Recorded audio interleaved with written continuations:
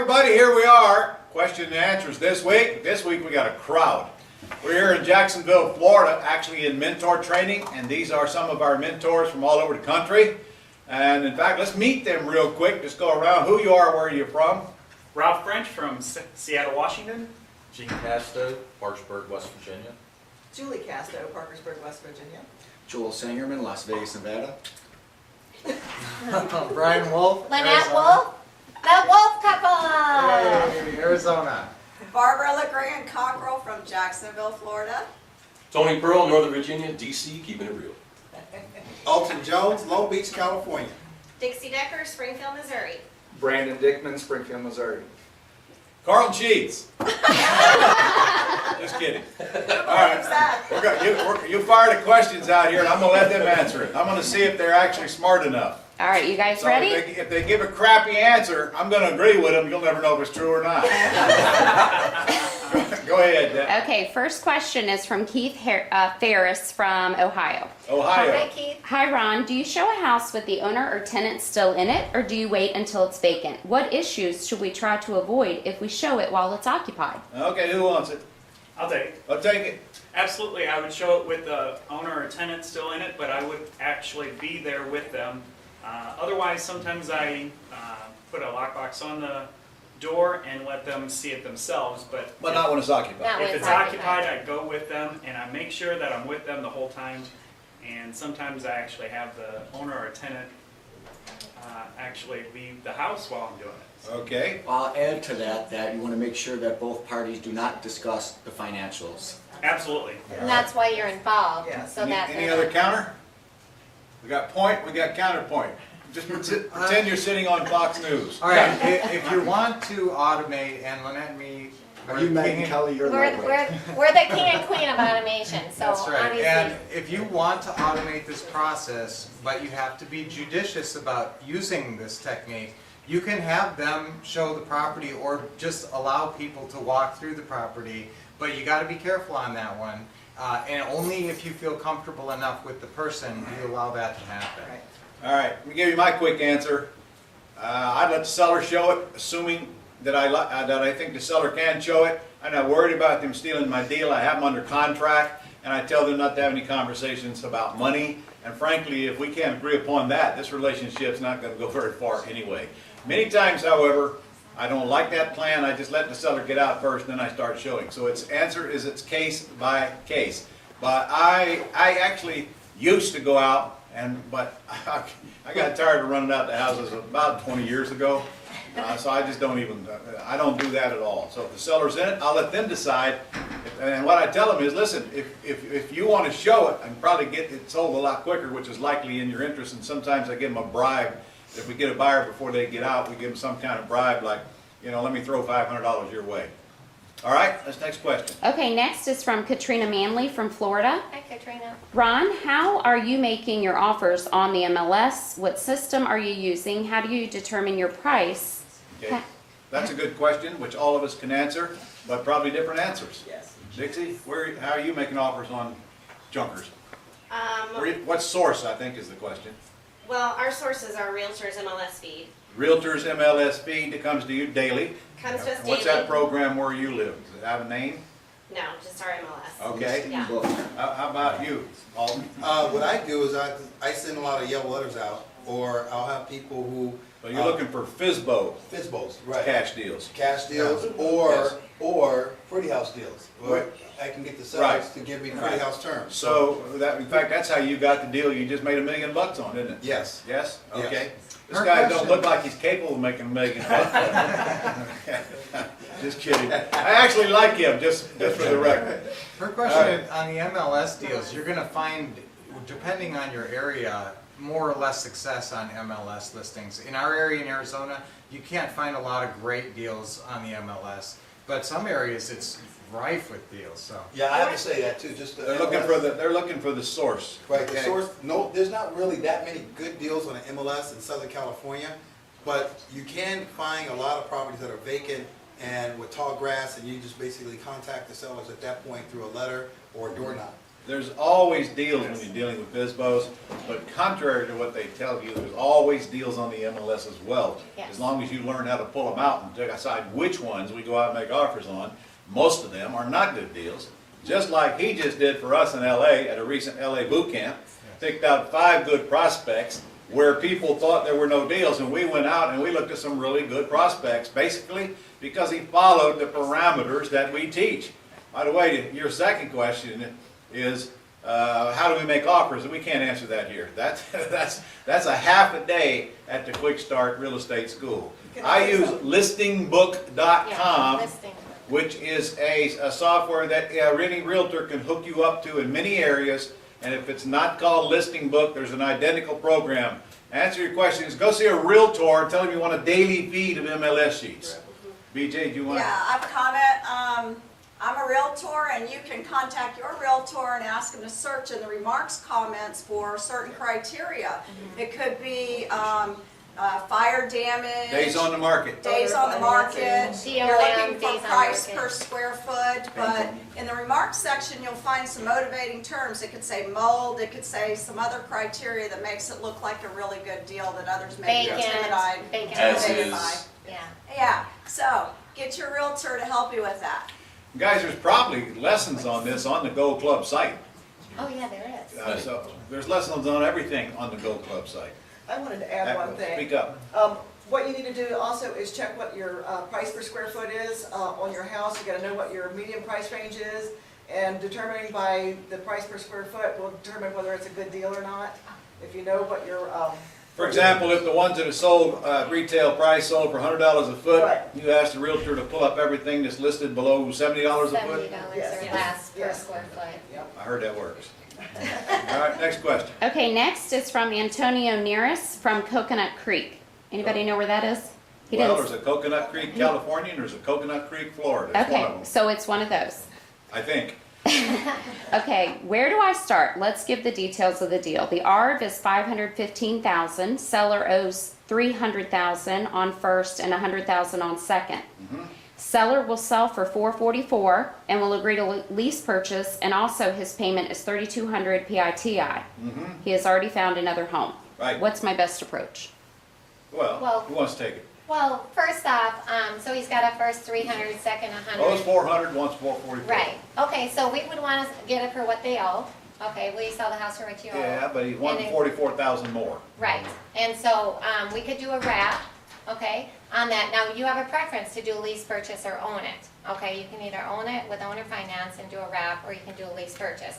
We tend to want to own the houses in Well, Arizona, but, maybe, but here, maybe, because he is leaving $60,000 worth of equity. in it. yes, and And that, we're gonna raise the price probably and create another $30,000 worth of equity. So it is a lot of equity, it is a lot. However, the payment is on the high end, no question about it.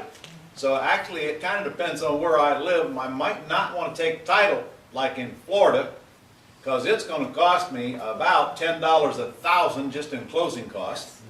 Whereas in California, because we don't know where Coconut Creek is, my closing costs are a lot less. But I may want to take title if my risk tolerance is not a problem. Remember, the minute you take title now, sooner or later, you got to start making that $3,200 payment. So if that's going to keep you awake at night, you just put it under contract, go put a buyer in it, and then close on it. Or you can assign the contract. Using the other side of the coin, if I've only got $50,000 worth of equity in it, somebody comes along with a $50,000 down payment, I might choose to just bail out. Sign my contract and make it an axe deal, because there will be no monthly cash flow in this deal, no doubt about that. yeah. So it's a decision you got to make. And usually what we do is we put them under contract, go find a buyer, then decide what we're going to do on the exit strategy. I don't even know if that was the question, but it was a good answer. I also want to ask, how much are you giving as a down payment? You try to, of course, if they want that price, then you try to get zero down if possible, and give them that price all day long. Oh, right, yeah, that's a good point. Yes, that's I don't true. mind giving them their price, but I absolutely will not give them money, especially on a lease option.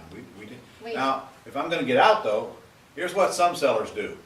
Let's say you're paying $3,200 a month, they want a $3,200 deposit. That's just the way they think, okay? If I gotta do that or not get the deal, I'll offer them that, but they will not get the deposit till I plug in the buyer. All The other quirk on this deal is there's a spread between what they owe and what they're looking Yeah, for. pretty good one. So there's $44,000. Now, they may want or actually more. assume that you're coming up with $44,000 to hand them.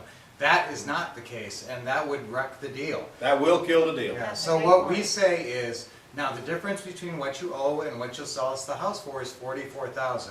Now, the way we usually work that is we'll pay you that when we cash out. Would that be okay? And so that way you're giving them an opportunity to give you what we call super seller financing, which is no interest, no payment, seller financing with no term for On the repayment. 44 now. Yes, On the just on the 44. 44. Yeah. And so you'd be taking the two underlying mortgages subject to and actually paying them directly, and then the 44 you would pay off when your lease purchase Yeah. buyer That's- qualifies. So you can take it subject to, you can buy it on a wrap in Florida or an AITD in California, or you can lease option it.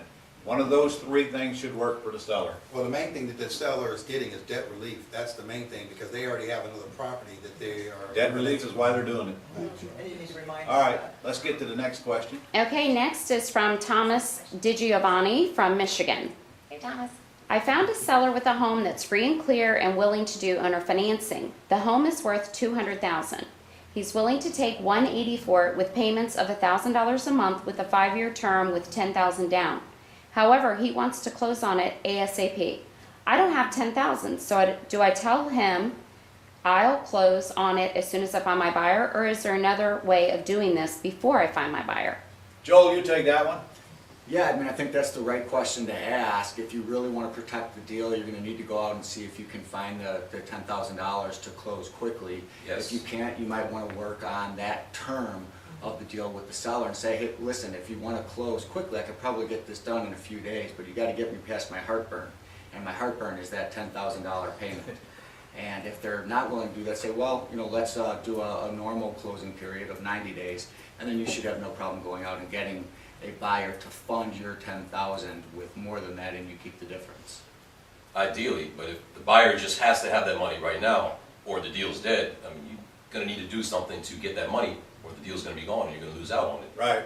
So, private lender or. Visa get card. some- Visa card, yeah. Yes, we've bought many houses on Visa. Sell a kid. Go sell some of that crap you got sitting around you don't need. Huh? You got a Harley? What do you need a Harley for? Go sell it. You got an RV? Well, nobody wants that, so can't sell that. I'll tell you what I'd do. I'd give the seller multiple offers and let them decide. Right. For example, if I gave them 180, it'd have to be with nothing down. They want me to go raise 10 grand, I'd offer them 165. Let them decide. They'll spend so much time figuring out which one they want. It won't occur to them they don't have to take either one of them. And they will decide one. So if 10,000 is their hot button, giving away that equity is not going to be even an issue for them. So I'm okay with raising 10. You can raise 10. You know somebody that's got 10 grand that would be thrilled to put it up into this deal and get this thing closed. And you better get it closed or you're going to wind up losing it. Somebody you know's got 10 grand. Here's what you can tell them. You put up the 10 grand, and when I sell it and get a down payment, I'll give you back 12 grand. And that will entice anybody to give you the 10 grand. That's not very much money, and people you hang around, by the way, the people that look like they're the brokest have probably got the money. Well, and you should think of your exit strategy as well. And I don't know what the rental market is there, but if you're gonna sell it on a lease option, Yeah. it's gonna be more than $1,000. So I'm presuming that maybe it's around $1,500 of money you have coming in on exit, so that's $500 a month. So you get $6,000 of that $10,000 back within 1 year just on cash flow. You should be able to find someone to give you the 10 grand so that you Yeah. can come in and close And, this and deal. another thing, if you give up the 10 grand, remember that's 10 grand that doesn't go in your pocket on the front end. So I'd work hard on not doing that. But on the other hand, like he said, if that's the seller's hot button, you're not going to get past it. And make sure that $1,000 payment is PITI now. Be careful, you got to write it up that way, or you'll be paying $1,000 plus taxes and insurance if you're not careful. And in Michigan, you're going to wind up buying it probably on a land contract. All right, let's move on. Okay, next is from Michael Buchanan from Missouri. Missouri! We just happen to have a couple Missouri folks There you here. go. Dixie. Okay, not sure how to address this. I find a good deal, owner finance, reasonable spread, good price, and will carry equity. Now the property is listed on Zillow for one price, but I will be selling it on terms for a different price. I'm not closing with the seller till I have a tenant buyer in hand. How do I or should I approach the seller to remove the listing from Zillow? Okay, Just ask them. y'all take it first. Yeah, just ask them. No, I wouldn't ask them, I'd tell them. Tell them, okay. It's a You can condition tell of my them. offer, get it Yes. off Zillow immediately. Yes. And you can email in to Zillow's admin and ask them to update your information because it's just a faulty error. Yes. And within 24 to 48 hours, they'll be updated however you want it. Yes. Simple. Yeah. Okay, next is from Corey Ellis from Maine. Corey. Good Does- old Corey. Hey, Moose. Does the cap rate play a major role in determining value to duplexes, triplexes, and quads? How No. many units before it Cap rate becomes, doesn't even apply to any of those. how many before it becomes a major role? Multiple units, much larger properties than that. Yeah, 5 units or more. Yeah, at least 5 units or more. And frankly, cap rate won't even apply to 5 units, I don't think. You gotta have multiple units, and there is no answer to that question because it's not really written definitively. But frankly, that's an opinion from appraiser to appraiser. And for those who don't know what cap rate is, that's capitalization rate. That's return on investment excluding any mortgage payment or depreciation or payment. Okay. All right, next is from Lucinda White from Louisiana. Hi, Ron. My wife and I are new to this. We always loved real estate. We ordered your dollar deal. So far, so good. My question to you is, no experience, no money. Exactly how do I get started? We have no money to pay for your people to do the initial step in getting the info from the owners to say that they would do, or on the for sale by owners to get a yes answer. How do we do this on our own to start bringing in great income for us? I'll take that one. Let you start. Okay.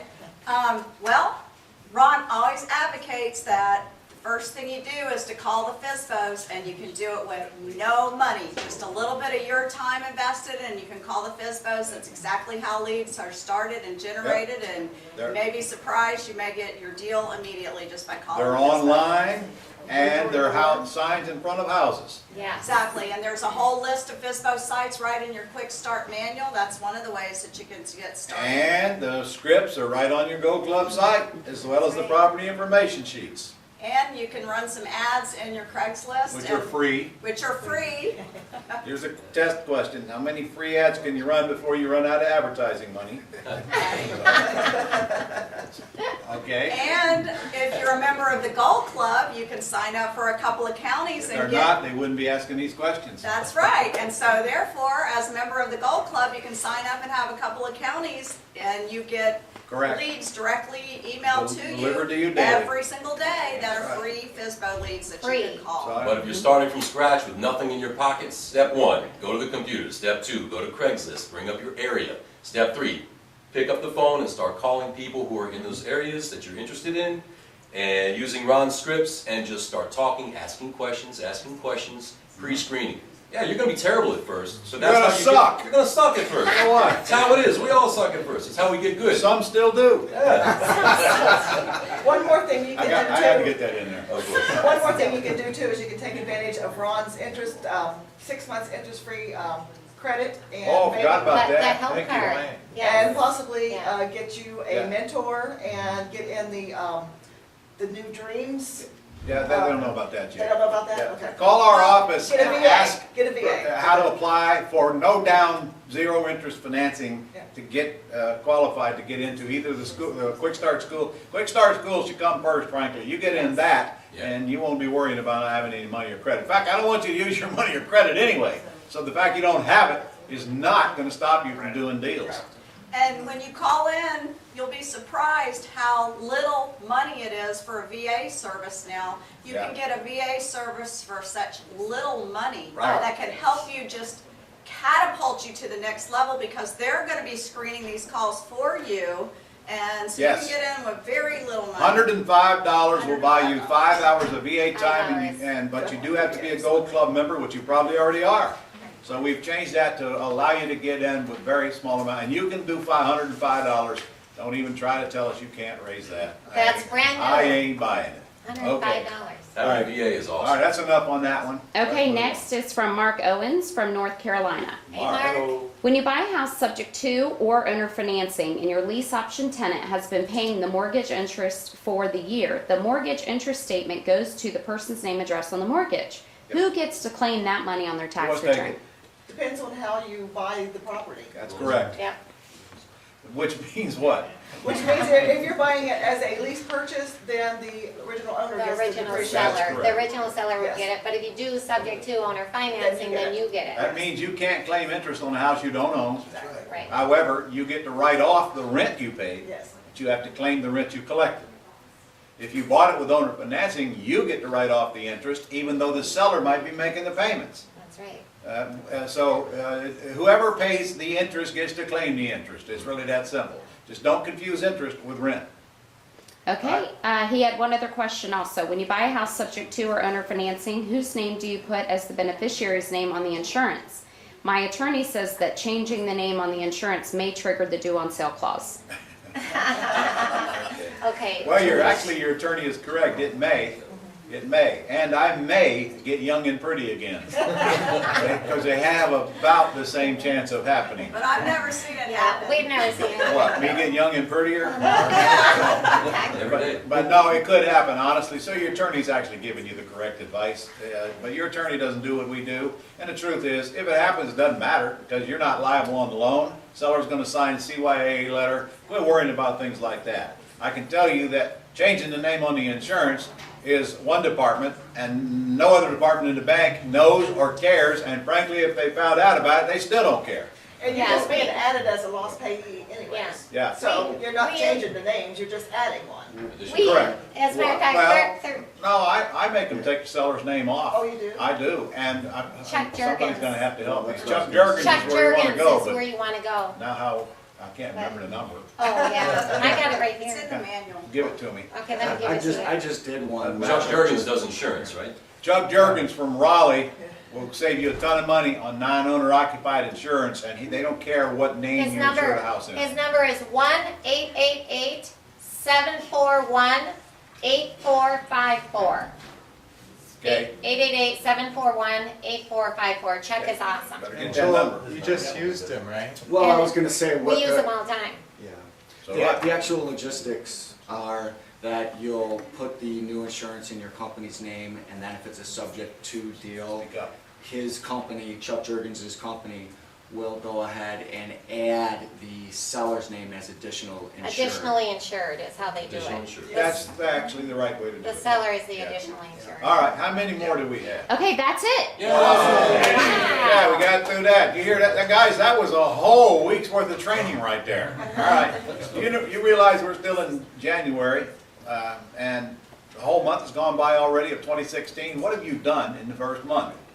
So if you're not getting out there getting deals going, I suggest you get going, because this is a great time in our market to get out there and get these pretty house deals going. And I'm telling you, there's so many ugly houses. You should see the deals we do in these boot camps lately. $100,000 Incredible profits deals, in the last incredible one. deals we turn up. Students bring in leads and we sit there and just churn them out. I mean, at the last one we did out in LA that he was at, I mean, so we had $100,000 plus $100,000 profits spreads. in many of the pretty house deals, much less the ugly ones. So Yeah. get out there and get to work. Hope to see you at the And summit. by the way, if you haven't registered for the summit yet, you are about out of time.